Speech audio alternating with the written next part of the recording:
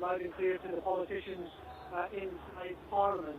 But amongst them, as I say, there are groups who are well known to the police. These are the anti-capitalist groups, the well-known agitations who come down in situations like this. The police were warning, of course, in the last couple of days that there may be elements bent on violent disorder.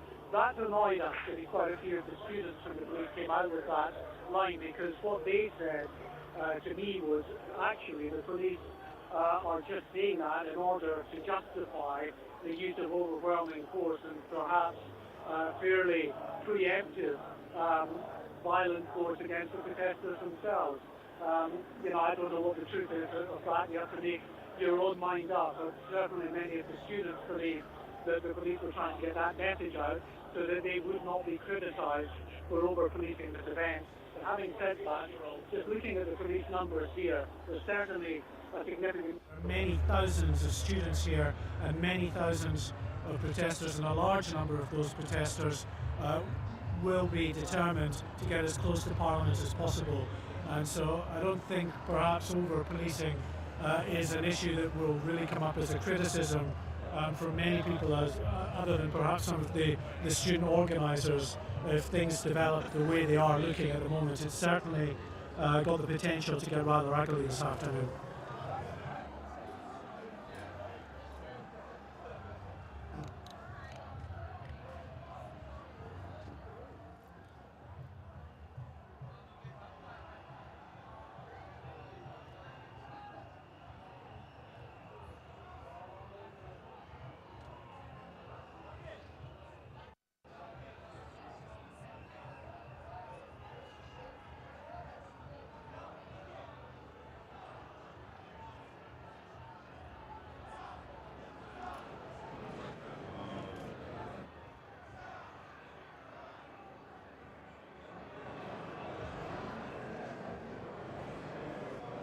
Well, that isn't a surprise, and I can understand their concern.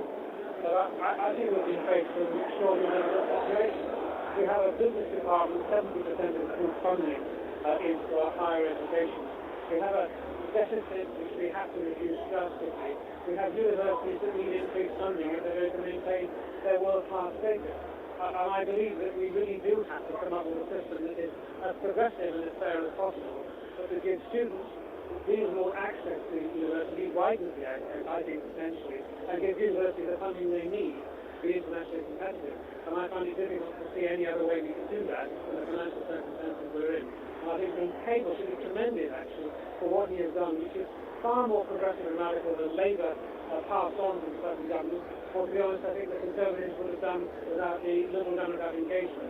And I think some of the students have underestimated just how much of an achievement that is. And yet, we hear from one of your colleagues, I'm taking it from what you're saying, that you're clearly voting in favour of the tuition fee rise. Some of your colleagues, though, are not, are they? Simon Hughes is not going to vote in favour of it, neither Charles Kennedy nor Dominion Campbell. This issue is tearing your party apart. colleagues must answer for themselves, but the situation I see myself being in is that we have a coalition government, which I'd say many of my constituents admire and feel is really important to securing the future of the country, and they want us to be part of it. And my concern is if you vote against the government, the justification for doing so is for them to be defeated, and you have to accept the consequences. I have fought, for example, for years to increase professional people paying tax to £10,000, restore the early pensions, and to secure a better future for people for working families on tax credit. And we've got that in this coalition agreement. But if the government was defeated today and had to revisit the tuition fees, I think those vulnerable people could well find that the settlement becomes unscrambled. And I think it really is important that we have a package, we support it, and we deliver it. And we accept that it's difficult, and I make signs of pledge, and I don't feel comfortable about not being able to honour that. But I have to ask you about that. A lot of those people down there in amongst those crowds are really angry about the promise being broken. How will you feel today voting in favour of tuition fee rises when you promised that you would?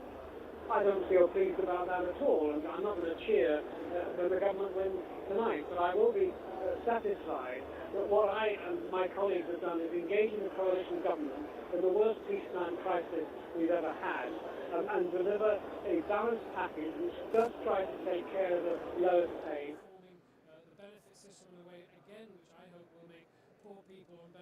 better off, and that we can actually get through to a situation where we have a stronger, fairer, better balanced country. And I just have to believe that whatever pledge I made, students have to be part of that. It's difficult. I'm not satisfied that I have to do that.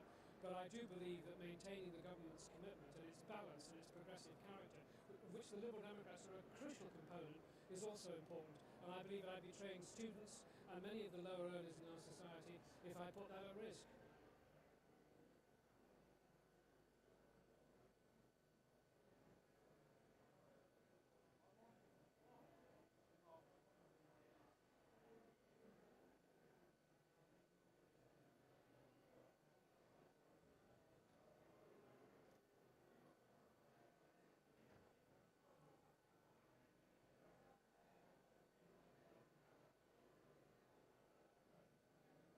Well, I mean, people must make their own judgments.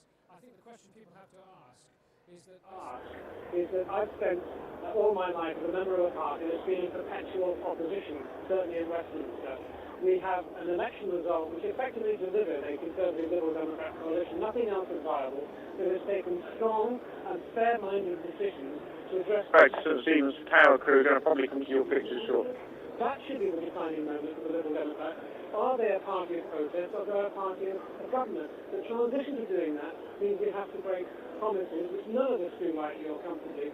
But I have to say we break promises about delivering financial balance and responsibility and getting the country back on its feet. And I think that would be a bigger betrayal, if I may say so, than keeping a pledge to one section of the community and actually damaging what we've achieved for others, particularly those who are the most vulnerable. And I think students ought to be thinking about where they think the money should come from and whether or not they are sure that it would be fair to put more of the pressure on the people who are least well off and have the most suffering. Students ultimately will benefit from their education, will earn money, and will pay back what they've had to benefit from as and when their earnings rise. That is fair and progressive compared with the suffering that many people at the lower end of the income group are going to experience. Councillor Bruce, Liberal Democrat MP, we appreciate your time this afternoon. We're going to go back inside that crowd of students there on Parliament Green now, because we can talk to Marion Greaves. She's one of the teenagers who's taking part in the demonstration herself. Marion Greaves, why have you decided to be down there with the students today? Well, actually, I'm in the House of Commons. I went to lobby my MP. Afterwards, I'm going out on the march. I decided to do it because I don't think the youngsters of this country should be loaded with this amount of debt. I think this country that has to take from young people who have absolutely nothing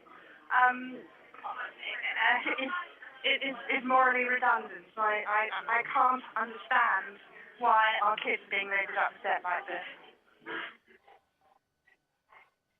Democrat MP who voted Great offer, thank you. of this fees rise, he would argue.